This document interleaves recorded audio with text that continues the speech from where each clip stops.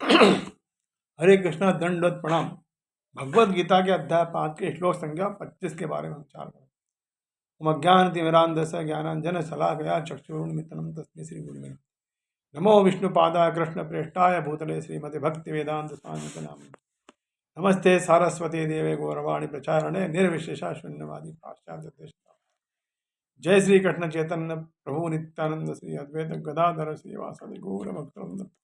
हरे कृष्ण कृष्ण कृष्ण हरे हरे, हरे राम राम राम हरे। श्लोक संख्या 25। लभन्ते ब्रह्म निर्वाण मृषया क्षीण कल्मषा छिन्नद्धेदा यदात्मान सर्वभूत हिते रता। यानी जो लोग संशय से उत्पन्न होने वाले द्वैत से परे हैं, जिनके मन आत्म साक्षात्कार में रत हैं, जो समस्त जीवों के कल्याणकार करने में सदैव व्यस्त रहते हैं और जो समस्त पापों से रहित हैं, वे ब्रह्म निर्वाण यानी मुक्ति को प्राप्त होते हैं। एक शब्द आता यथात्मान। नित्य सत्व तत्व की प्राप्ति का दृढ़ लक्ष्य होने के कारण साधकों को शरीर, इंद्रियां, मन, बुद्धि वश में नहीं करने पड़ते, अपितु ये स्वाभाविक सुगमता पूर्वक उनके वश में हो जाते हैं। वश में होने के कारण उनमें राग, द्वेष आदि दोषों का अभाव हो जाता है और इनके द्वारा होने वाली प्रत्येक क्रिया दूसरों का हित करने वाली हो जाती है। शरीर, इंद्रिया, मन, बुद्धि को अपने और अपने लिए मानते रहने से ही ये अपने वश में नहीं होते और इनमें राग, द्वेष, काम, क्रोध आदि दोष विद्यमान होते हैं। अब ये दोष हैं, जब तक विद्यमान रहते हैं तब तक साधक स्वयं इनके वश में रहता है। इसलिए साधक को चाहिए कि वह शरीर आदि को कभी अपना और अपने लिए न माने।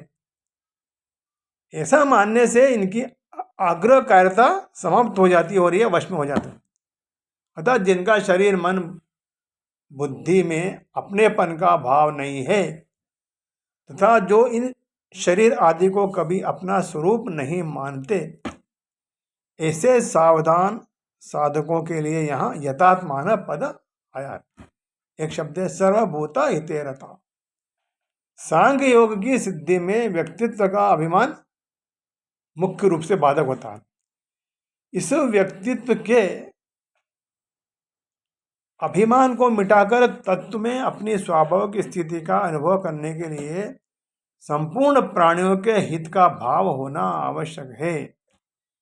संपूर्ण प्राणियों के हित में प्रीति ही उसके व्यक्तित्व को मिटाने का सुगम साधन है। जो सर्वत्र परिपूर्ण परमात्मा के तत्व का अनुभव करना चाहते हैं, उनके लिए प्राणी मात्र के हित में प्रीति होना आवश्यक है। जैसे अपने कहलाने वाले शरीर में आकृति, अवयव, कार्य, नाम आदि भिन्न भिन्न होते हुए भी ऐसा भाव रहता है कि सभी अंगों को आराम पहुंचे, किसी भी अंग को कष्ट न हो। ऐसे ही वर्ण, आश्रम, संप्रदाय, साधन, पद्धति आदि भिन्न भिन्न होते हुए भी संपूर्ण प्राणियों के हित में स्वाभाविक ही रति होना चाहिए कि सबको सुख पहुँचे, सबका हित हो, कभी किसी को किंचित मात्र भी कष्ट न हो।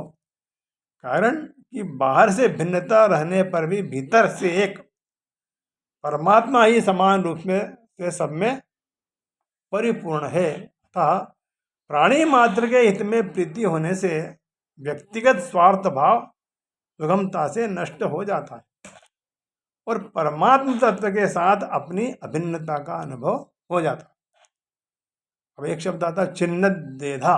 जब तक तत्व प्राप्ति का एक निश्चय दृढ़ नहीं होता, तब तक अच्छे अच्छे साधकों के अंतःकरण में भी कुछ न कुछ दुविधा विद्यमान रहती है।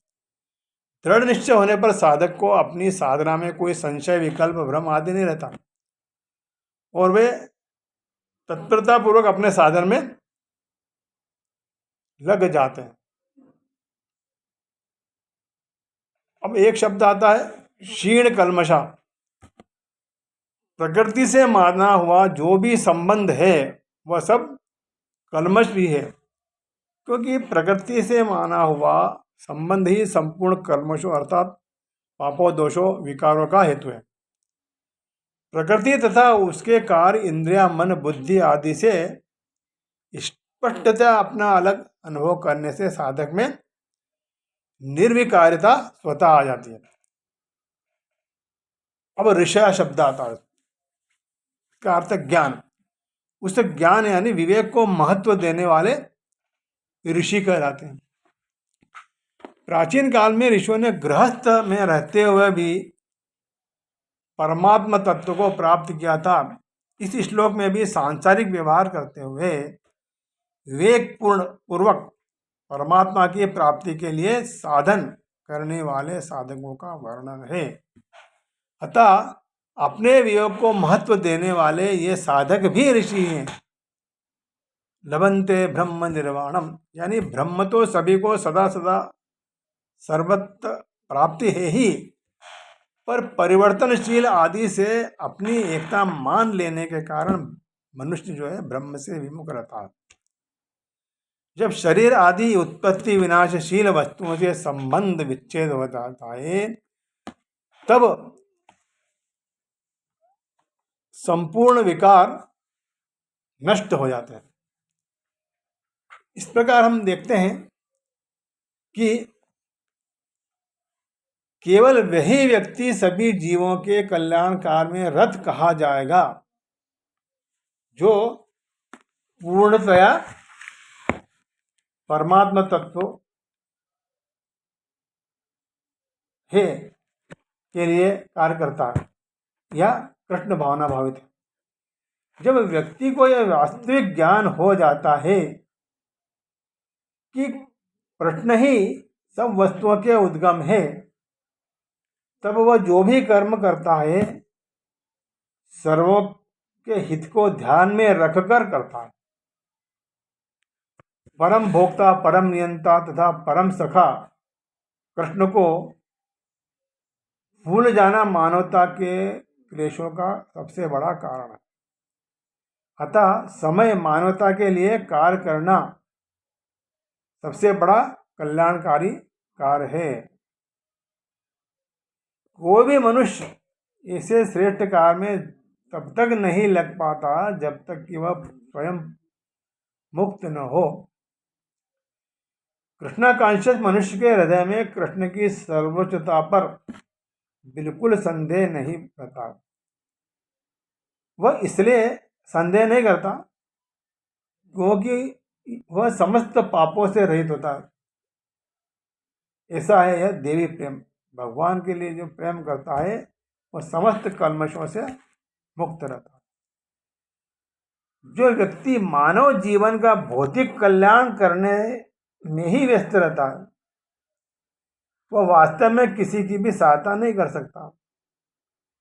शरीर तथा मन की क्षणिक खुशी संतोषजनक नहीं होती है। जीवन संघर्ष में कठिनाइयों का वास्तविक कारण मनुष्य द्वारा परमेश्वर से अपने संबंध की विस्मृति में ढूंढा जा सकता है। जब मनुष्य कृष्ण के साथ अपने संबंध के प्रति पूर्णतया सचेष्ट रहता है तो वह वास्तव में मुक्तात्मा होता है। भले ही यह भौतिक शरीर के जाल में फंसा हो तो भी वह मुक्तात्मा ही होता है। हरे कृष्णा।